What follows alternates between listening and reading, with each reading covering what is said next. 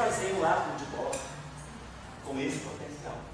O átomo de Bohr a gente faz com a força centrípeta, né? A força eletromagnética é igual a mv2 sobre r. Aí a gente impõe a quantização do momento angular, tira os raios, tira os níveis de energia, tira a quantização dos raios das órbitas. Então, fica como tarefa também, calculando o campo elétrico, vocês sabem automaticamente a força. A força que vai aparecer agora nesse regime eletrostático. Sabendo a força, vocês podem calcular a energia de ligação. Eu quero que vocês percebam qual é a influência do parâmetro na energia de ligação. Sem interação, o que a gente quer? Se a interação eletromagnética é blindada, então a força, né, de ligação agora deve começar a ser menor. Esse parâmetro está blindando a interação eletromagnética. Então talvez a gente tenha um deslocamento para menor nas frequências de emissão. Mas vocês refiserem a série de Balmer para esse átomo de hidrogênio com esse potencial, ele deve obter um resultado razoavelmente que puxa as frequências para baixo, porque a energia de ligação deve diminuir. O sistema agora é menos ligado. O papel desse parâmetro em si é blindar, ou seja, enfraquecer a interação eletromagnética. A interação eletromagnética ela cai de intensidade, então a gente espera que a energia de ligação seja menor. Então, vocês podem refazer aqui o átomo de Bohr, né? Mas você acha que ele pode fazer um resultado assim que para a velocidade mecânica quântica? Se você... Não, eu estou partindo do pressuposto de que você vai estar estudando. Eu estou partindo do pressuposto de que você está num regime que você vai precisar aplicar a mecânica quântica. Qual é esse regime? Você vai estar colocando a interação entre o próton e o elétron a uma distância tal que não é muito maior comparada com o comprimento de cômputo do elétron. O parâmetro que a gente tem importante aí é o comprimento de onda de cômputo do próton, que é H cortado sobre a massa do próton dc, que é pequenininho, e o comprimento de onda de cômputo do elétron, H cortado sobre a massa do elétron C, que é o que acontece no átomo, justamente isso. Você agora está considerando a interação eletromagnética não a distâncias razoavelmente grandes em relação ao comprimento de onda de cômputo, que você pode abandonar, quer dizer, praticamente você abandona a mecânica quântica. Você está considerando agora regiões de interação muito próximas. Então, a região de interação ela não é muito maior do que o comprimento de onda de cômputo do elétron. Então, é razoável você considerar um tratamento quântico. É razoável você considerar um tratamento quântico. A mecânica quântica. Então, calcula o átomo de Bohr. Refaça o átomo de Bohr nesse contexto, desse eletromagnetismo. Certo? Muito. Você tinha feito uma identidade da equação de continuidade. Isso. Ele vai ter. Isso. Se você quiser tirar o valor do φ do átomo, poderia tirar para mim, tinha lá, derivada de t, do φ de t mais de é igual a zero. Isso. Se tivesse caso estático, derivada de φ de t é zero. Isso. A divergência já é zero. Ele podia tirar dali já a expressão do átomo? Não. Você precisa ter uma informação sobre a fonte externa. A fonte. Saber o que está gerando lá é um J, que J é esse? Mas nunca dá para tirar, pelas equações de continuidade que tem na teoria, não dá para tirar as expressões. Não, pelas equações não são suficientes. Precisa ter a fonte para. Então vamos começar a primeira manipulação. Vamos fazer o seguinte. Aonde eu tenho derivado, o que a gente espera da energia? Se a continuidade tiver fonte. Se a equação de continuidade tiver fonte, ela tem que te dar uma informação compatível com as informações que saem das equações de campo com as suas respectivas fontes. E essas fontes têm que estar interconectadas de uma certa maneira. Tem que haver uma relação de consistência entre as fontes. Provavelmente uma relação de continuidade entre essas diferentes fontes para poder você não ter conflituidade com as soluções. E se a teoria for bem organizada por si só, as fontes que vão estar na equação de continuidade vão ter uma relação com as fontes que estão nas equações de comprimento. E daí você pode tirar Pode tirar alguma informação. É mais fácil, né? Pode. O que a gente sabe de um campo? Um campo, ele representa uma distribuição de alguma excitação que está no espaço-tempo. Então, a gente espera que um quadrado de um campo, ele esteja ligado à densidade de energia. Da mesma forma que uma coordenada x, x ponto ao quadrado, velocidade. Quando a gente pega uma coordenada generalizada e deriva no tempo, eu estou tirando a variação do meu sistema no tempo, portanto, o quadrado disso faz o papel de uma energia cinética. A mesma coisa acontece com o campo. Uma derivada temporal de um campo é uma medida de quanto esse campo está variando no tempo. Então, isso tem uma energia intrínseca cinética, uma energia cinética intrínseca associada ao campo. Então, se a gente está querendo buscar qual é essa energia, o mais interessante aí seria a gente, da mesma forma que mecânica newtoniana, o que a gente tem é isso aqui, né? M, x, dois pontos, por exemplo, um problema conservativo, igual a menos ddx do potencial, que é a força. Digamos que eu tenha isso. O que eu faço aqui? Eu multiplico toda essa equação pela velocidade, e aí, no fundo, o que eu ganho aqui é a lei de conservação da energia. O meio de mx ponto ao quadrado, que é esse termo aqui, né? Mais esse termo aqui pela regra da cadeia, dv dx, dx dt é dv dt. Isso aqui é igual a zero.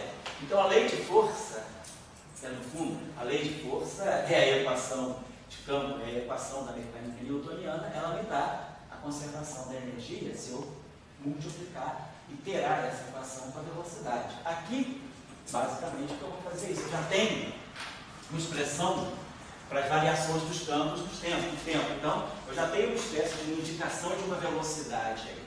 Então, o razoável dessas equações é eu multiplicar essa equação aqui, pegar essa equação aqui, faço o produto escalar dela por V, e pego essa equação aqui, faço o produto escalar dela pelo campo. Daqui a pouco eu vou apagar aquele quadro lá, tá bom? Então, a primeira equação, ela já está me dizendo o seguinte, que B escalar rotacional é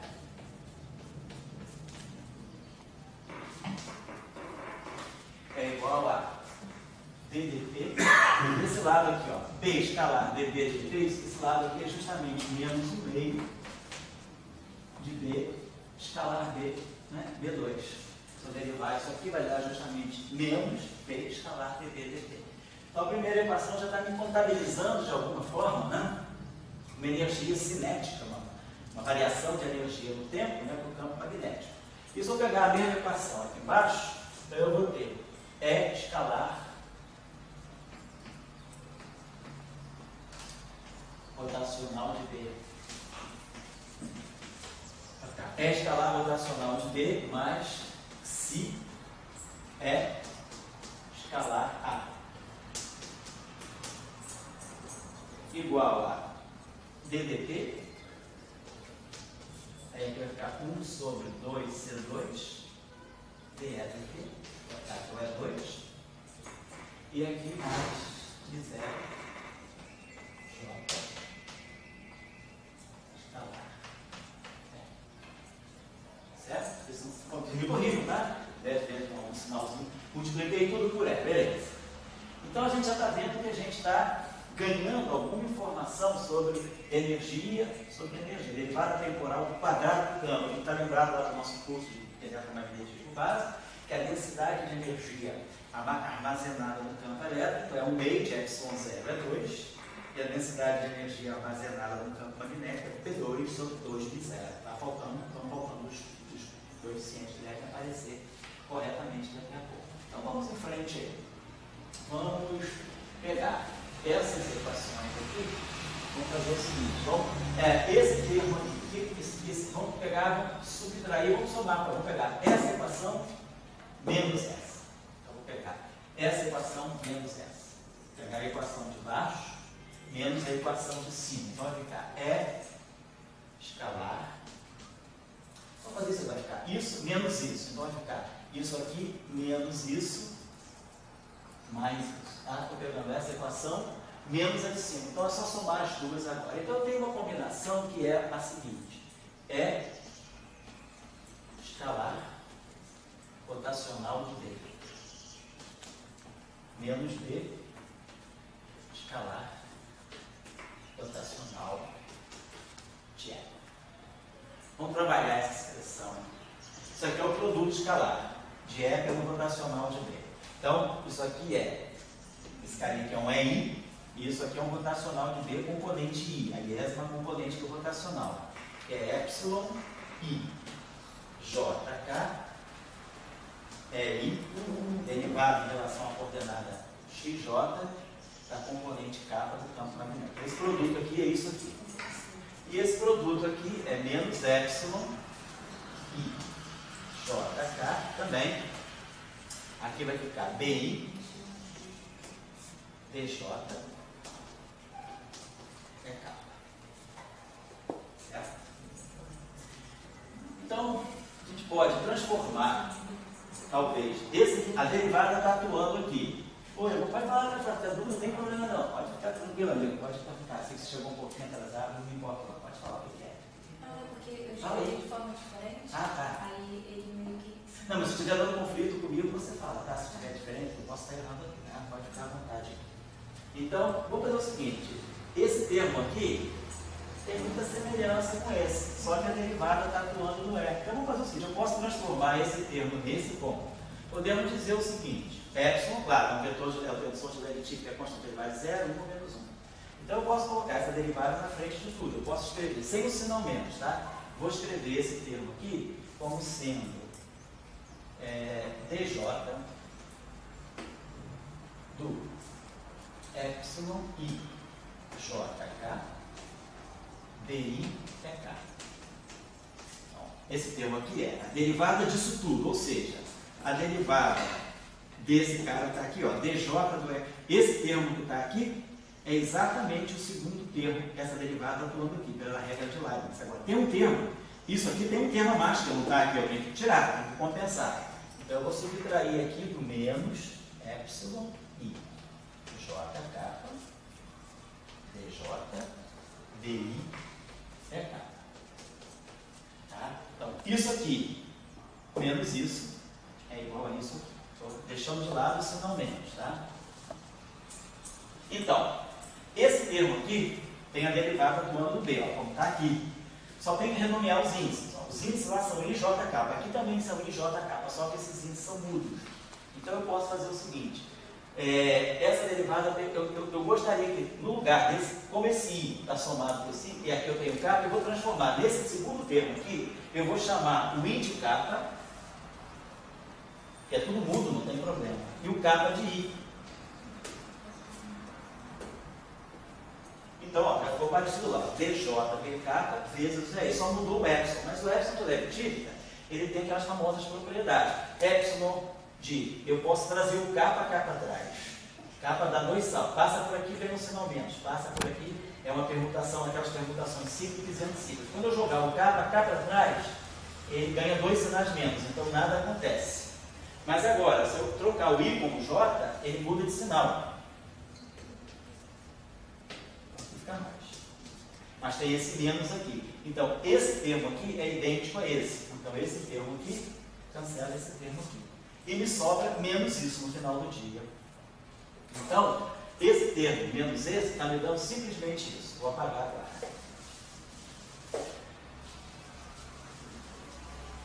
Então, em vez de ficar usando essas identidades tensoriais chatas, não precisa. A gente pode pegar tudo bem. Então, esse termo aqui está me dando isso. O que esse termo aqui está me dizendo? Ó, isso aqui é esse J. Aqui então tem esse sinal menos. Bota esse J aqui. Troca esse J com esse I. Troca o J com o I. Ganha um sinal menos, fica mais. Agora, o que é isso aqui? Ó? Epsilon J, DI, TK, isso aqui é o produto vetorial de B por E, que é menos o produto de E por B. Isso aqui é menos E vetorial B. Ou B vetorial E. Componente J. Então, isso aqui me dá uma divergência. Então, no final do dia, esse termo aqui nada mais é do que menos a divergência de E por B.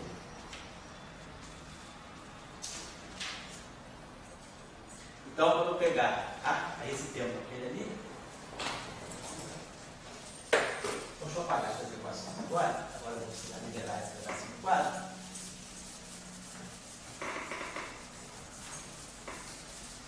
Então, esse termo aqui, então eu peguei esse cara menos esse cara, dá menos divergência de E vetor D.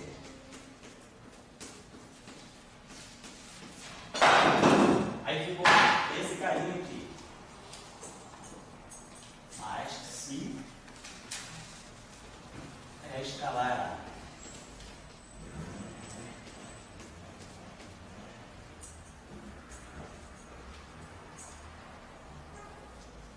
Isso. Tá? Igual a DDT 1 sobre 2C2 é ao quadrado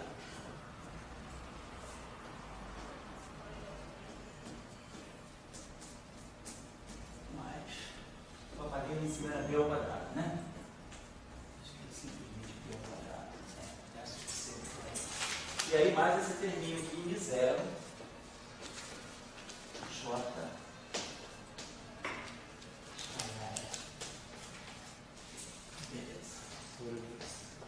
Então, vocês estão vendo que essa equação está adquirindo a forma de uma equação de continuidade. Tem derivada temporal de alguma coisa, tem a divergência de uma outra coisa.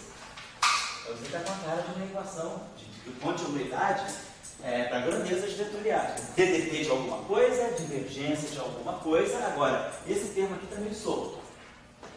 Esse termo não está sobre nem esse termo, nem aquele termo lá. Vamos ver esse termo aqui, o que a gente pode trabalhar. Quem é o campo é? Então, isso aqui é si menos gradiente de φ, escalar A, vamos dar assim, menos de si. Estou trabalhando agora só esse termo aqui, tá? O é menos gradiente de φ, então vai ficar menos que si, gradiente de φ, escalar A, menos DADT, menos si, DDT. Aí vai dar DDT do A vezes A. Então dá DDT de 1/2 de A ao quadrado. Tá, estou substituindo o campo elétrico pela sua expressão em termos dos potenciais. Então fica menos gradiente de φ, vezes A, e menos DADT. Só que DADT escalar DADT é DDT disso aqui. Posso botar até esse ciclo, se é um parâmetro constante e um problema. Então, olha só, mais um terminho para entrar na lei de conservação. Mais um terminho para entrar como uma equação de continuidade. Agora fica faltando esse termo aqui. Vamos ver o que a gente pode fazer com esse termo aqui. Gradiente de φ. E vamos fazer o seguinte aqui. Esse termo aqui, então olha só, isso aqui está tudo esse sinal menos, tá? Menos aqui e esse menos aqui. Vamos trabalhar agora só esse termo aqui. Sem o sinal menos, tá? Vou isolar ele sem o sinal menos. Vamos trabalhar essa expressão. Se gradiente de φ escalar A. Então, gradiente de φ escalar A, isso aqui é si derivada da iésima componente, né, derivada do φ, aí. Então vamos fazer a mesma coisa. Vamos jogar essa derivada para o total. Eu vou poder escrever esse termo como sendo di do psi φ aí menos psi φ di aí. Di aí é a divergência do ar.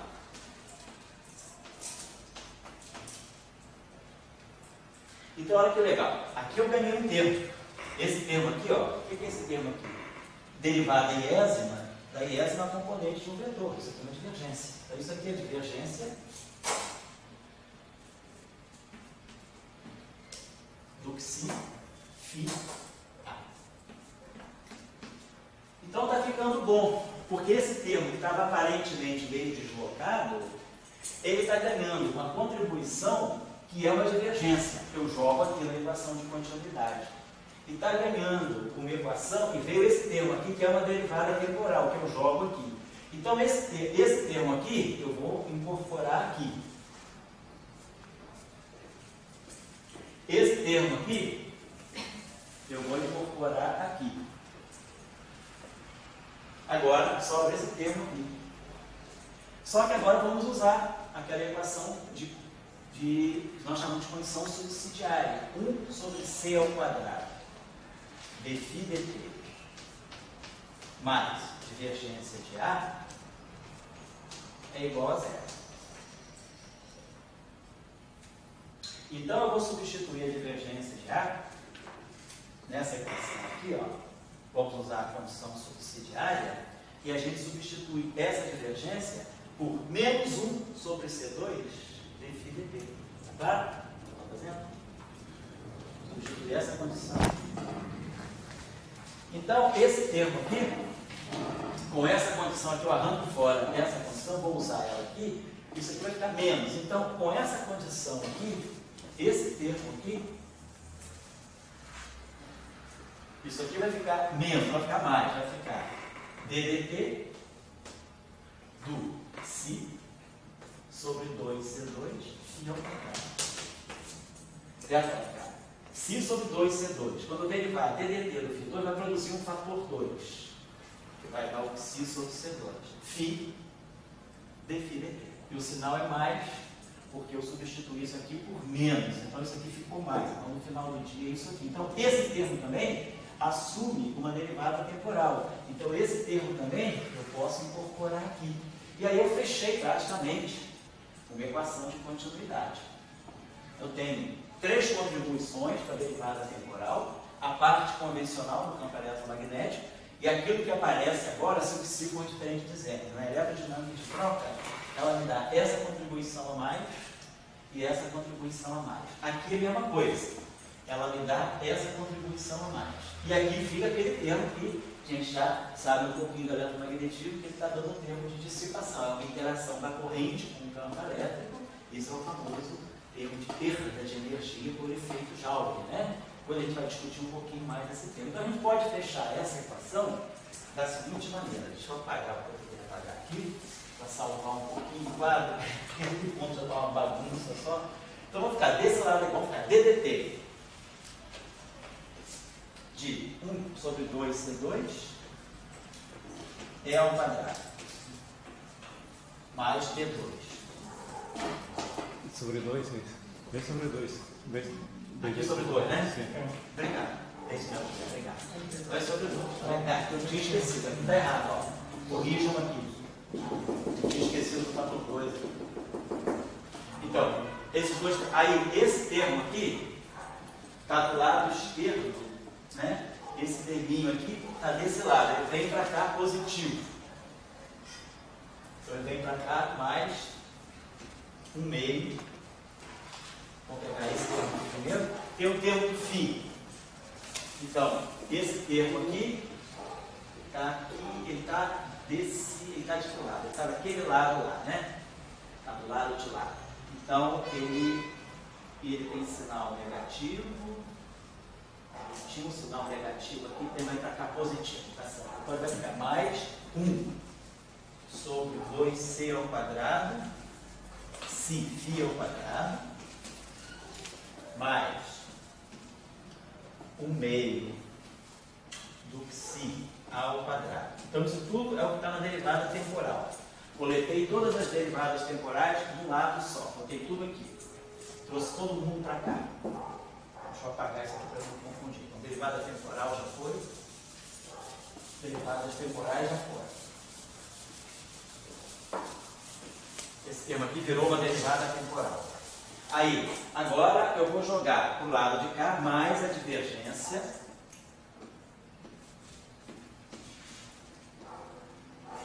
Do E vetor B. E aí, lá do lado esquerdo, eu tinha produzido esse termo aqui sem o sinal menos. Esse termo aqui, ele tem esse menos aqui, que vai ficar do lado esquerdo com aquele menos. Então, ele vem para cá com o lado com o sinal mais, que vai ser mais φ A. Igual, que aí eu joguei, e eu jogo esse cara para o lado de lá, deixo esse cara do lado oposto. Então vai ficar para cá, menos, M0, J, escalar.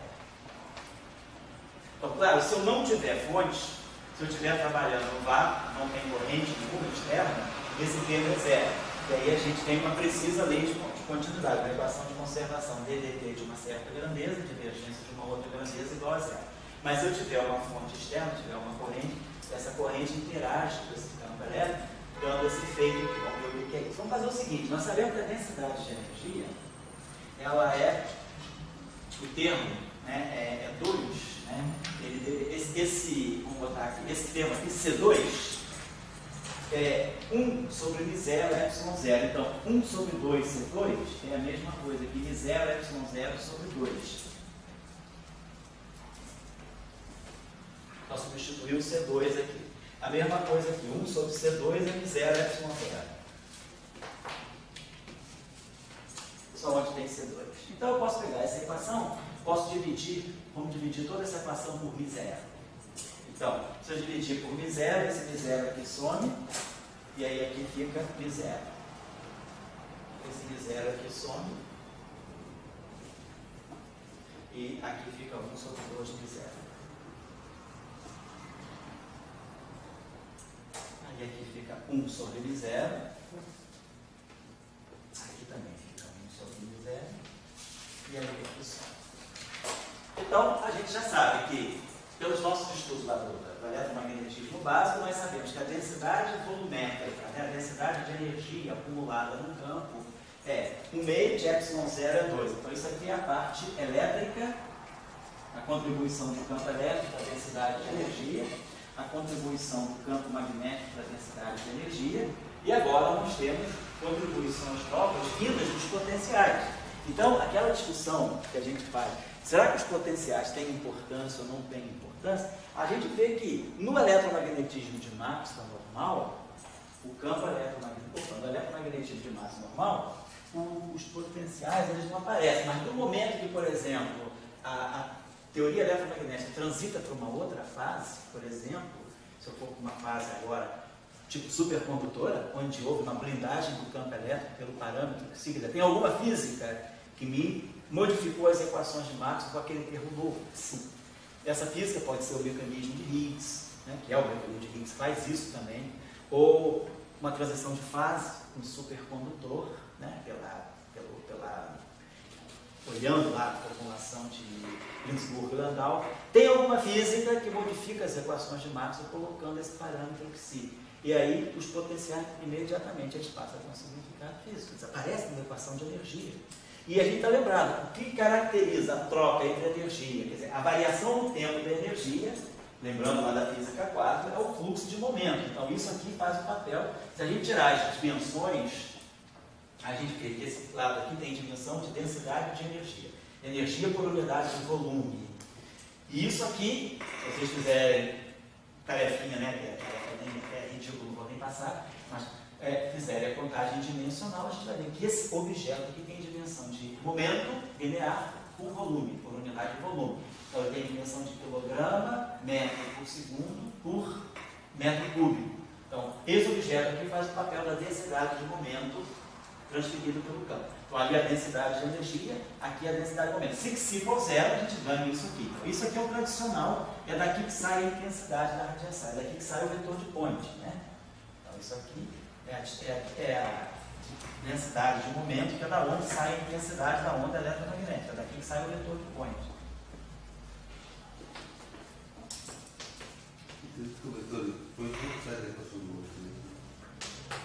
Quer dizer, ele sai das equações de movimento embutidas na conservação da energia no momento. Quer dizer, ele sai, quer dizer, eu usei as equações de campo. Ele aparece explicitamente na equação de conservação da energia. Agora, essa fórmula aí, ela não pode ser comparada, vamos dizer, ao tipo E igual a MC2? Fazendo uma comparação já com o Luiz, tanto em moda, si é massa, né? Isso. Se é um sobre comprimento ao quadrado. Mas está ligado à massa do fóton. Tá? Ele chama de uma massa. O produto que aqui no se faz é igual a MC2, está fazendo massa e energia. Isso. Massa se transforma em energia. Aqui você também está fazendo uma equação da unidade, onde a massa está transformando. É mais qualificada. Sem dúvida, porque nós não estamos fazendo isso, tá certo? Nós estamos vendo tudo aos pedaços. Quando a gente for fazer o eletromagnetismo, quando a gente fizer relatividade especial, e for fazer o eletromagnetismo no espaço de Minkowski, a gente vai ver que essa equação ela é apenas um pedaço de uma equação muito mais completa, é apenas um braço de um corpo, que é o tensor de energia e momento. E a interpretação dessa equação é justamente isso. Ela está dando uma relação. Isso aqui, no fundo, está fazendo o papel de um quadrimomento associado ao campo eletromagnético. Então, isso aqui é a componente zero de um momento do espaço de Minkowski, que é a densidade de energia, e isso aqui é a componente espacial desse momento. Essa relação aqui, no fundo, ela está me dizendo isso aqui, ó, E sobre C, P. Então, quando a gente diz que isso aqui é o quadrimomento PMI, quer dizer, quando a gente diz que PMI por uma partícula massiva é M2, a gente está dizendo que E2 é igual a M, E2 é igual a P2C2. P2C2. Isso aqui é M2, é P2C2 mais M2C4. Então, essa relação, que é isso aqui? Isso aqui é a componente da energia e isso aqui é a componente do momento. Então, de uma certa maneira, a noção de que é igual a MC2 está embutida assim. Nós não estamos vendo, porque nós estamos num contexto que não é adequado para a relatividade espacial. Nós estamos para a relatividade especial, nós estamos num contexto euclidiano, nós estamos trabalhando com os campos no espaço ordinário. Mas quando a gente aprender, aqui algumas aulas, a trabalhar no espaço de Minkowski, trabalhar com a notação covariante, a notação tensorial adequada, né? Para qualquer teoria relativista, inclusive o eletromagnetismo, então vamos ver que essa equação aí, ela é parte, ela é o desmembramento de uma equação muito mais completa que me faz ver claramente onde está a energia e onde está o momento do campo eletromagnético. Só fazer então os casos. O que eu vejo, talvez, você fala tanto, ele é apenas uma maneira, para você botar aquele termo oficiar ali que está, né? Que na maneira que você colocou a mão, eu levaria de Gates, né? Então, você consegue colocar esse termo oficiar. Agora, quais são as coisas em jogo, qual o comércio, o jogo real, né? Você tem campo eletromagnético, EV, né? E o fio, se relacionando com a massa, né? E ele tendo aquela equação que você botou.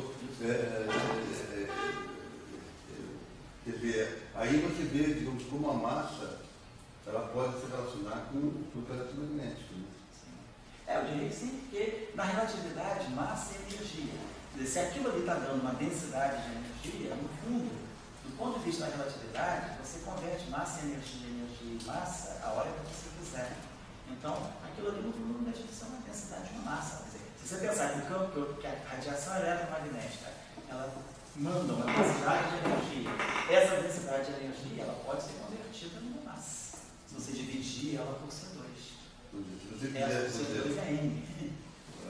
vocês já estão querendo explorar de uma bomba atômica, né? Nós, permanentes não, só dizer ainda.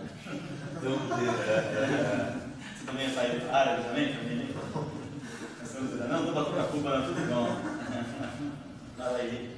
Mas você diria, então, nessa bomba atômica, você teria, se pegasse o derivado de T ligado para a parte da massa do ar.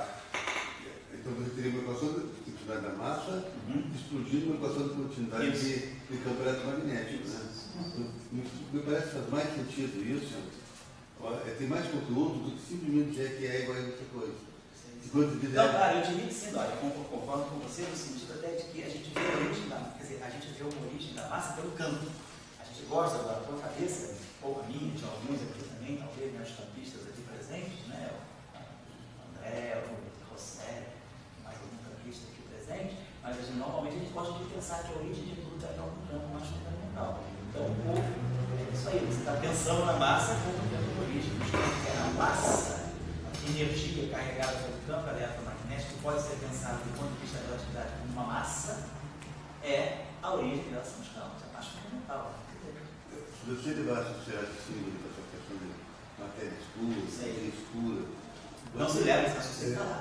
Você precisa de uma relação entre massa e campo. As grandes tentativas, modelos interessantes interessantes que tem para falar de energia escura, tentar descrever energia escura, são modelos também trabalhando com campos de calibre, campos de gauge, que não são exatamente os eletromagnéticos, mas tem várias tentativas de usar alguns tipos de campo para modelar a energia. Quer dizer, você dá uma descrição da energia escura, não só uma descrição macroscópica, mas uma descrição microscópica a partir de algum tipo de campo que se instalou no espaço-tempo. Em áreas cosmológicas. O mesmo problema que a gente sempre tem Pode falar, é muito botar massa como gravitação. Sei. Então, a curva forte sobre o grupo tem, né? E você fica massa sempre ligada com gravitação. E aqui você está mostrando uma massa, ela gerando campo eletromagnético, fazendo uma bomba atômica de campo eletromagnético. Né? Exatamente. Então não precisa estar ligado, ela está ligada ao R-Gay, não com a gravitação. Certo? É isso mesmo. Quando eu colocar MT, significa modelo padrão, não, é Maxwell próprio. Tá? Por exemplo, nesse contexto é Maxwell próprio, tá? Que é aproximado botar MT. Pelo outro curso eu boto MT para modelo padrão. Tá? Quem olhar, às vezes pode assistir o mesmo curso, né? Então, discutir a pressão de radiação do campo de Maxwell próprio. A pressão de radiação sai daqui.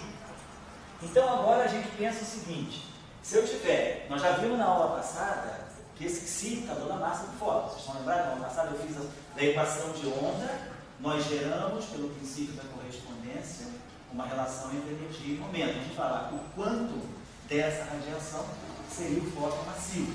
Então a pergunta é, agora se vamos dizer, uma nave, né, aquele famoso problema, né, a nave que é movida a pressão de radiação, se ela recebe radiação de fótons massivos, será que a incidência dessa radiação ela oferece uma força maior ou menor? Quer dizer, o fato de ter fótons massivos agora, alterando, quer dizer, eu queria que vocês então, né, olhassem lá como é que se deriva a pressão de radiação de um campo elétrico, de uma onda eletromagnética, a partir da origem microscópica, que é o vetor de Point. Então, no vetor de Point, a gente sabe definir a intensidade. Só que agora eu tenho uma componente nova, que é essa componente aqui, que vem dos potenciais. Então agora a gente quer comparar a pressão de radiação do Maxwell puro. Então o que a gente quer comparar é isso, né? É a pressão de radiação do Maxwell puro com a pressão de radiação do Maxwell próprio. Então fica como exercício para vocês. Verificar o que acontece, qual é a influência da massa do fóton na pressão de radiação. Bom, então é uma tarefa boa para vocês. Aí que vem a pergunta. No fundo, vamos dizer, o efeito fotoelétrico, ele não estava precisando daquele termo ali. Certo? Quer dizer, essa pressão que agora você faria motivo para o campo A atingido no ciclo, assim, uma massa de um elétron. Acho um pouco de viagem. Não, pode ser que eu não esteja exatamente acompanhando. Eu acho que tem elementos a mais aí, não é? Você não pode olhar isso de maneira. Eu acho que não tem uma contrapartida tão clássica assim. Eu acho que realmente é algo louco, porque a gente não está vendo nada ainda, não tem frequência. O que está em jogo é a frequência da onda, não é tanto a intensidade, não é tanto o campo em si, mas a frequência da onda. Essa equação ela carece, né, de colocar em evidência a questão da frequência. No efeito fotoelétrico está em jogo é a frequência. Mas eu diria que nessa pressão de radiação, o mais importante é a frequência do que o psíquico. Não, para a pressão de radiação, eu acho que o mais importante é a intensidade da onda, que é justamente o oposto do efeito fotoelétrico. No efeito fotoelétrico, a intensidade pouco custa. Você pode botar uma onda vermelha no vermelho, botar a intensidade que você quiser, que você não arranca o elétron dali. Se aquele material, se a função de trabalho daquele material pediu uma frequência de corte no azul. Você pode botar a onda vermelha da intensidade que você quiser, que a intensidade não vai tirar o elétron. Agora, se você botar uma onda fraquinha, com pouca intensidade, mas com a frequência de corte certa, você arranca o elétron. Então, o que está em jogo no efeito fotoelétrico não é a intensidade, é a frequência.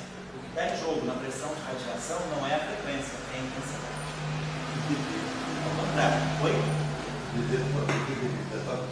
O que é a intensidade? É porque aqui você tem no fundo as amplitudes dos campos.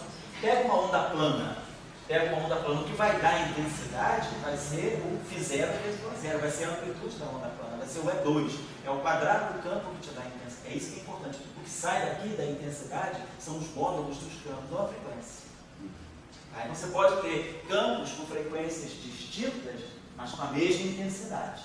Então, agora, se você usar a frequência errada num material que sofre efeito fotoelétrico, bota a intensidade que você colocar, que você não vai produzir o efeito fotoelétrico. Você precisa colocar a frequência justa, tem que ajustar a frequência, não a intensidade.